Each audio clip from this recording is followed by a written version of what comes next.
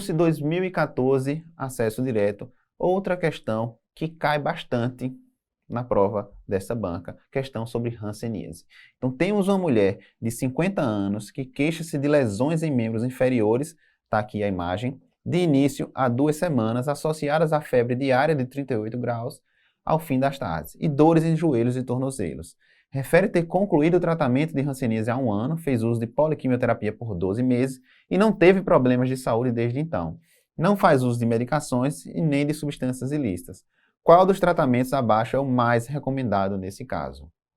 Pessoal, quando a gente está diante de uma infecção pelo micobactério lepra, que é o causador da hanseníase, a gente precisa entender o seguinte: ao contrário do folclore que existe por trás dessa doença, a hanseníase ela é uma doença de pouca contagiosidade, ou seja, ela é pouco transmissível.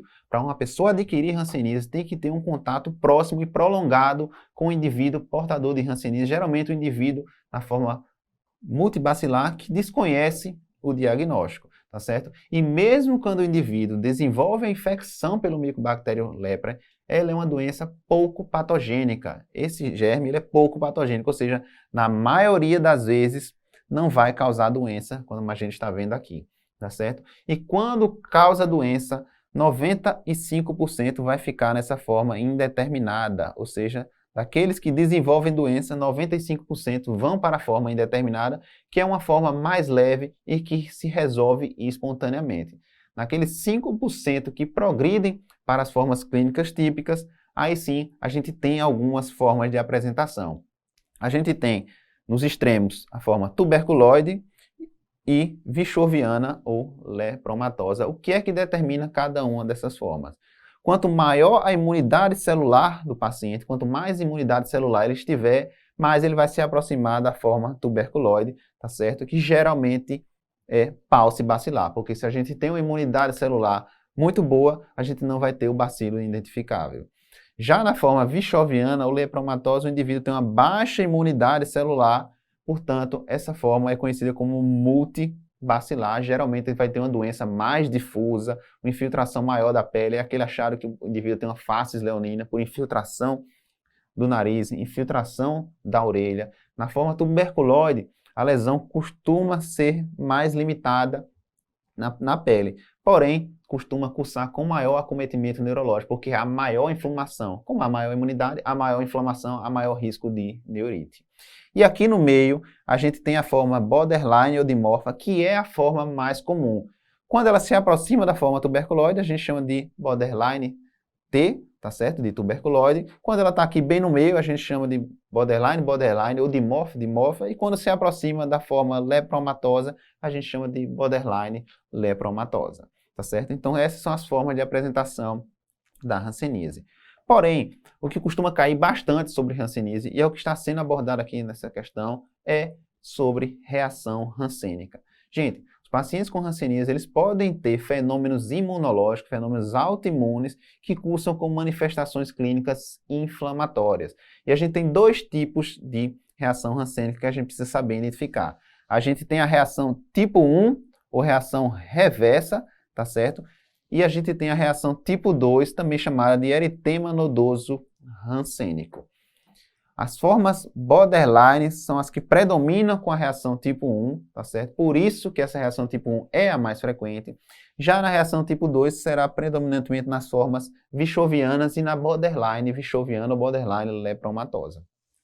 A reação tipo 1, ela acontece até 1 ano após a quimioterapia, enquanto a reação tipo 2 pode acontecer de forma mais tardia, até 5 anos. Mas é importante lembrar aqui, gente, essas reações hansênicas, elas podem acontecer antes do tratamento, durante o tratamento e após o tratamento da hanseníase.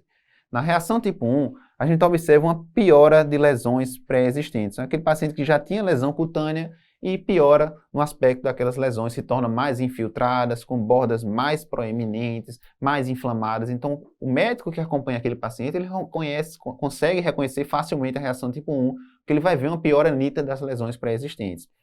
Aqui costuma ter um maior risco de lesão neural, tá certo? De lesão nervosa. Já no tipo 2, a gente vai ter o aparecimento do eritema nodoso, que são aquelas lesões inflamatórias, aqueles nódulos inflamatórios que podem até ulcerar em superfícies extensoras na região pré-tibial e na face.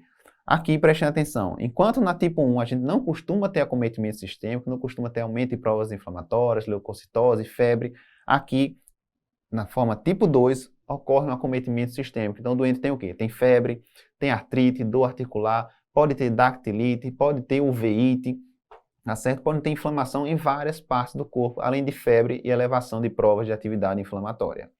O tratamento da reação tipo 1 é com corticoide, escolha prednisona 1 mg por quilo dia. Se o doente tiver hipertensão ou tiver cardiopatia, a gente escolhe a dexametasona. Já no tratamento da reação tipo 2 ou tipo eritema nodoso, a droga de escolha é talidomida 100 a 400 mg dia. E aí a gente lembra o que, gente? Talidomida ela é teratogênica, então gestantes e mulheres em idade fértil a gente usa pentoxifilina. Se o paciente tiver uma neurite, mesmo na reação tipo 2, a gente associa o corticoide à talidomida. E o que é importante, gente, não caiam nessa pegadinha na hora da prova. Essas reações rancênicas, elas não significam falha ao esquema de tratamento da hanseníase, não significa falha à poliquimioterapia e muito menos reação adversa à poliquimioterapia. Não tem nada a ver com a poliquimioterapia, com o tratamento. É uma reação imunológica, então não deve suspender a poliquimioterapia.